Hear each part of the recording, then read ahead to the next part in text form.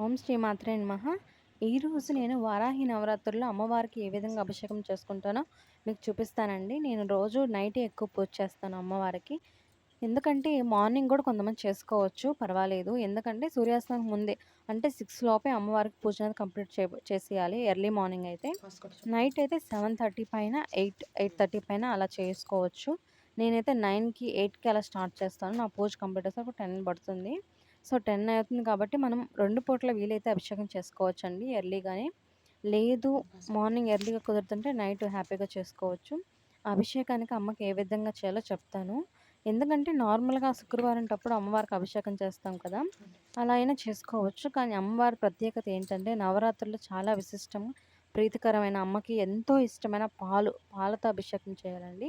అలాగే తేనె ఉంటుంది కదా! తేనె ఒక్క బొట్టు ప్రసాదం పెట్టినా చాలు. ప్రసాదమైనా పెట్టొచ్చు. అలాగే అభిషేకం కూడా అమ్మకి చేయొచ్చు.